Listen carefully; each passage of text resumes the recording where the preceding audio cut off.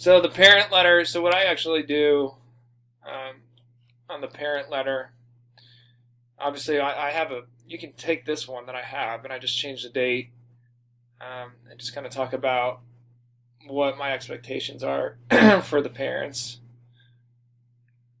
the clothing, what to wear, and I always put my field day on a Tuesday to give them that Monday reminder. Okay. I don't know.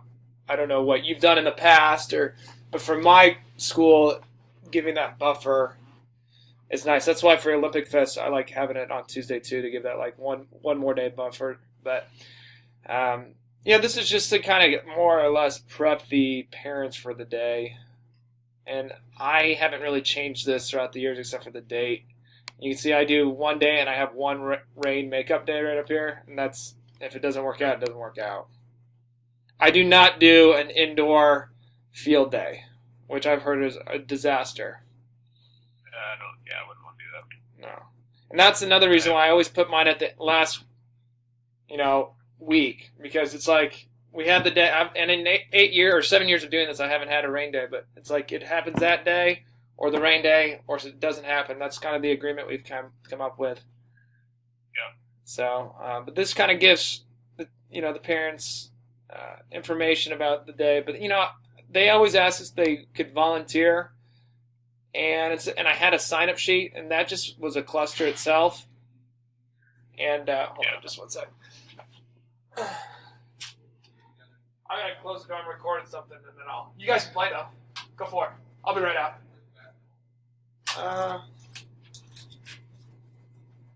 It's for class. Yeah. Kids are using my gym. But yeah, it was such a cluster. But how I do my thing, instead of the parents volunteering, they just follow their kids' class. Yeah. And it works out so much better that way. It's crazy. Yeah. Well, they're basically volunteers. They're just volunteering for their kids' class. Well, I had issues with parents volunteering and then not showing up. Yep. So I had that huge gap. And I couldn't do that anymore. So I was like, you know what? If you can come, great. If not, just contact the teacher so they know you're coming, kind of deal. But parents show up and they videotape and they just, they rotate with the groups, kind of deal. But that's just the parent letter. I also, at the bottom, have the schedule for the day so they know when to come, because that was a big issue. So the kids, this is just a two-sided thing that the kids get and send it home with them, and it's also online, and we'll have them in the office because parents are always asking when they can come. So this is how ours works. It starts at 8:30 to 11:15. I just do K through 2 in the morning, the field day with the special needs kids. The older kids do like a party, and then we have the school-wide picnic, which is kind of fun, out on the field.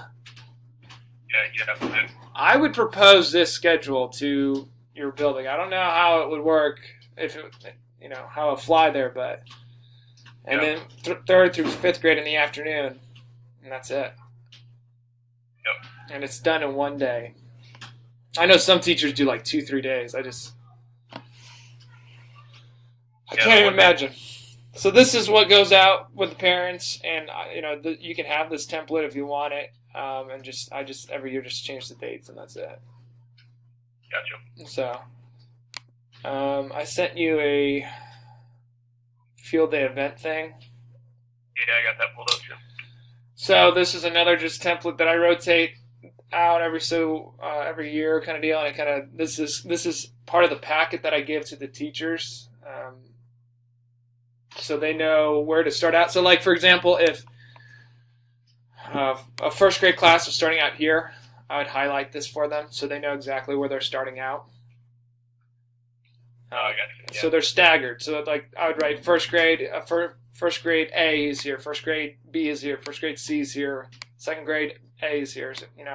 So when they get their sheet, it's highlighted about where they start, and they know where to, that's where they go, and they just kind of rotate through.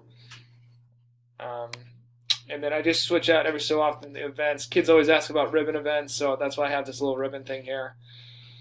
And again, to help the teachers, these events are outdoors. These are the 4 indoors.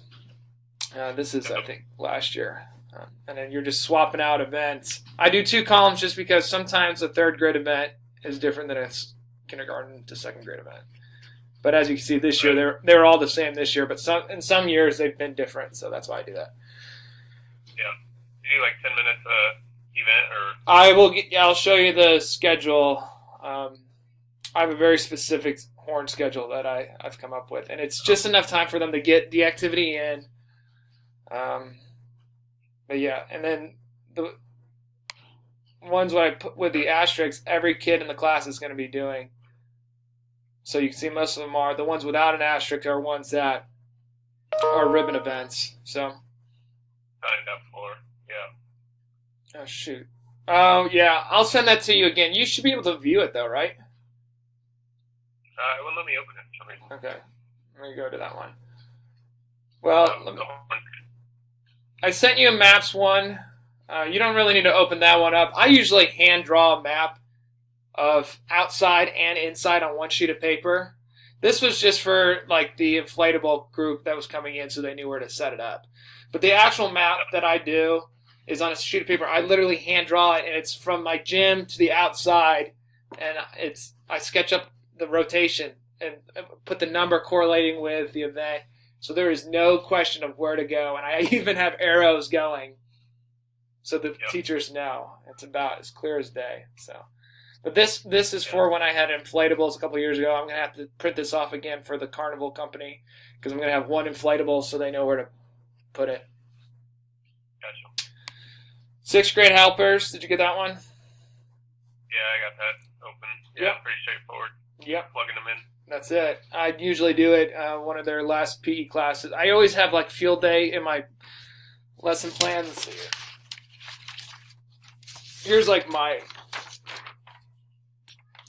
this is 2nd semester, and then right down here in May, I usually leave a week right before for field day prep.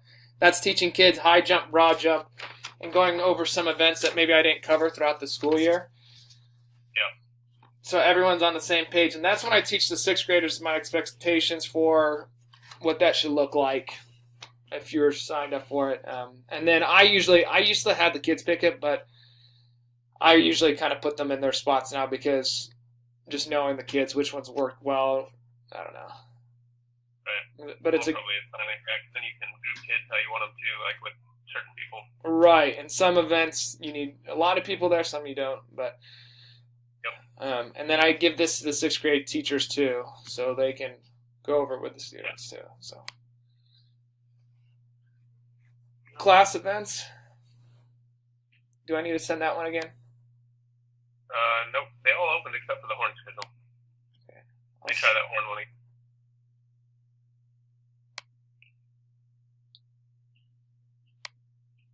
Yeah, for some reason that one doesn't. Okay.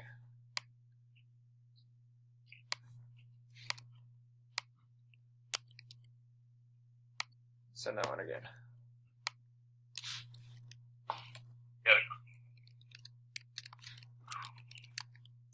Because that's a big thing, and that's the only thing that and the event page are the only 2 things that I carry around that day, besides a horn myself. A walkie-talkie. They sign up for just one event? No. Okay, so this class event, they do in class. They obviously, teacher sits down prior to. If you have a smaller class, these kids are going to get 3 events at least. Okay. So I do ribbons. So I literally order ribbons every year. I'm a firm believer in competition, all that kind of stuff. So 6 of these events are ribbon driven, and if you can see that for example, the 50-meter dash, 6 boys and 6 girls. So the girls are competing against the girls, the boys are competing against the boys. Yeah, so there's actually like 66 events, so yeah, they would get 20 to get 3. Right, so you and I, when we're little, we're not dominating every single event. Yep. You know what I'm saying? And then it's guys versus guys, it's girls versus girls, and it's within that small class. It's not the whole grade level either. Yep. So this Jefferson's airplane is a 3/5 mile. The whole class just does it, and the teachers just mark off 1st, 2nd, 3rd for the runners. And then the football toss usually correlates with what I do that year. So I did ultimate frisbee in the beginning of the year, so I'll end up changing this to Frisbee toss. But this is a great way. So the teacher carries this around. This is in their packet.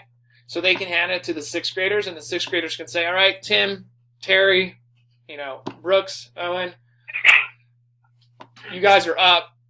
And then they have a clipboard, and then at the end they're marking. All they need to mark is the first, second, third. So the teacher gets the packet back, and when they go back at the end of field day, and they have all the ribbons in their mailbox, they can just look. All right, high jump, Tyler won first place, and so forth. So they get to the event, and they know the six kids. Now a lot of kids write the events on their hands or whatever like that too. So, but yeah, this is part of the teacher packet that they got. Each classroom teachers. Right, and a lot of teachers do like a snake draft. So they go down the roster, and so if you're first, because of Barons, whatever, you get to pick your event first. They go down, and they fly back up and down. And then if there's like a determination of who gets an extra event, usually they do it off whose behavior was the best that year. So, but yeah, these are the ones I always do. These are the same ribbon events. The monkey bar hang. So 6 kids hanging on a bar. Last three standing get ribbons. Last 2 stand, second, third, first, all that kind of stuff. High jump, which I teach. Broad jump, which I teach every year. Throwing, running, the 50-yard dash. And then at those events, if they get done early, like the 50-yard dash, then the kids that didn't sign up can do it for fun. And since this event is so fast, this is where we have the popsicle stand set up. So kids get like a popsicle right there at that event. Which one? 50-yard dash, because it takes like 2 seconds. Oh, yeah, because you have extra time. Right, and we have water. We get waters for them and all that kind of stuff.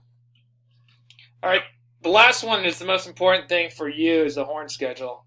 And I broke this down in such a form that it's perfect. So each event is like 11 minutes, 12 minutes technically.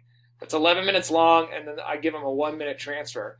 And I just follow it to the T. If it's 8:41, I blow the horn. The kids at the ribbon events have to finish it because sometimes high jump gets backed up just a touch.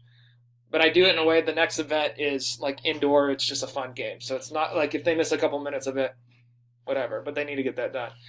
But this is broken down so it ends perfectly on time right here. Yep. So that's really it. And I'm telling you, Tom, I think you said you did multiple events once, which is fine. This, for me, just works out. It's 12 events. It's easy for me to monitor. They're rotating in groups. It's organized. And then you can see we do a tug-of-war on the top of the hill for the little kids. And then there's that picnic. And then we get the afternoon group going. And then we have another tug-of-war at the end of the day. And then at the end of that, we have like teachers versus 6th graders tug-of-war. So. Do you do class versus class for your tug of wars? Yeah. So if it's 3 classes, the 3 teachers rock, paper, scissors, shoot to see who the winning team gets a bye, and then the other 2 teams. Yeah. Yep. Yeah, and that's the one thing I need to order like a field day tug of war ribbons, or I used to do like a certificate for the whole class. Yeah. And it's one event that I used to do, or Pitfall. It's a swinging rope game. That's like a team class event. So the top 3 classes from K through 2, the whole class gets a ribbon, like a 3rd place ribbon or the 2nd place ribbon. And they like that because it helps some of the kids that, yeah. Anyways. Might not get it. Right. Yeah. But that's it, man. It's pretty smooth. I don't know your space. Don't you have an open big field? Yeah, so I have tons of outdoor space. Right. I have to be outside. My gym's tiny, but I got lots of blacktop, lots of grass, a couple kickball fields, a jogging trail. Yeah, man. You could definitely pull this off easily. And it's 12 events, so it's not a lot of setup. Yeah, that's the annoying thing about, I remember the one time I did do like the punch card thing and the 25 events, is the setup takes forever. And then it's hard to monitor your 6th graders doing it, 12 events is easy. Yep. And usually I put a 6th grade teacher inside too, so that kind of helps monitor the 4 events in the gym too. So. Yeah, what is your expectation for 6th grade teachers?